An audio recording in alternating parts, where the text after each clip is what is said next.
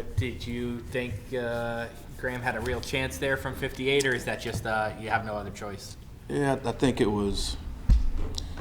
You really had no other choice in that situation. The wind was pretty. It didn't look like it in the stadium, but it was constant going in that direction. If you look at the kickoffs that were going that way, they were coming up short. And, obviously Joey missed one early in the game from 52 or 53, whatever it was. But, it was more of a kind of a desperation, kick. Probably 5 more yards, it might have been all right. He had a low kickoff going the other way for a touchback. Was that intentional, or was he No. just mishit that? Just mishit it. Yeah, he just mishit it. It was a squirreled touchback. Yeah, it was not it wasn't one of his best efforts.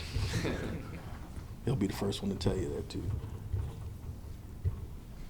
We saw Marcus Johnson last week returning kicks in practice. How much of that was something you were thinking about, or is that just Gary being sort of under the weather at that point?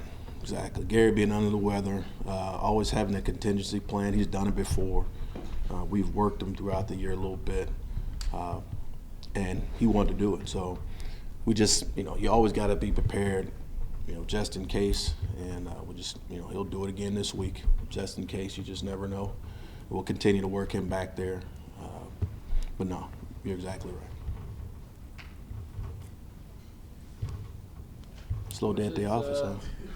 We've talked a lot about Jamie's kind of inconsistencies. His last 2 weeks, is this about as good as he's put together back to back? It's the act of continuous improvement.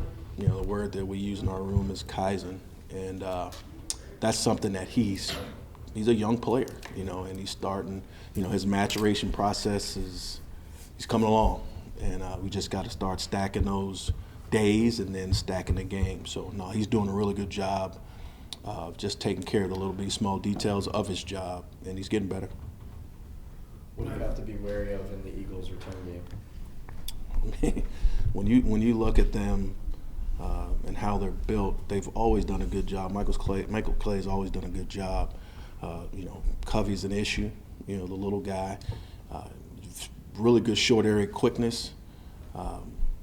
You just always have to be alert for those guys. They can get you all kinds of ways.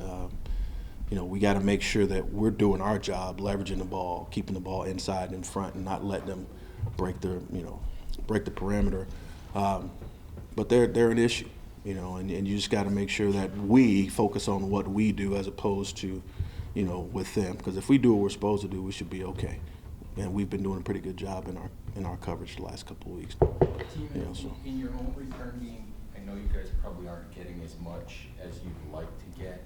You talked about it earlier in the year, but is it still a matter of the blocking, of the opportunity of creating lanes for these guys? It's a lot of it has been punt return wise. We're in the plus area a lot. It's a lot of what we call gray team, to where you don't get a lot of return opportunities. And then some of the other situations have been you're up in the game, you're guarding for a fake, you're not as aggressive as doubling both gunners, right? So you have to manage the game as it comes along. So when that happens, the gunners are singled on the outside. So now that's a hard block for the corners on the outside. So it's been kind of just a lot of that stuff, and then it might be, over the last 2 games, maybe 1 or 2 legit return opportunities where you could vice a guy up on the outside and you can maximize your blocking, if that makes sense. Kickoff return, it's getting better. We had one I thought that probably could have got out, but again, it was timing, spacing, ball being caught at the 10-yard line, and that kind of being off a little bit, but it's coming along. It's not exactly what you want for sure, but it's trending in the right direction. When Julian plays as many snaps as he played last week, I know the gumbo theory, whoever they tell you got, but you almost have to go to Dave's and be like, look, you can take some of the other guys, but we need Julian as our core guy in some of these packages that we have. That's something that we always talk about. It's always a fine line. Julian has really blossomed this year and taken off.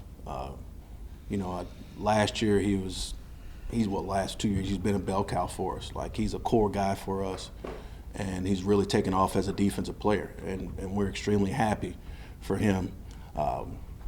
But he's also the quarterback of the punt team, you know, and there are some other positions that he's really, really good at that we don't have him do, because obviously he's our starting free safety. So it's something that we always try and manage, and when we can give him a break, we're going to give him a break so we can maximize his performance.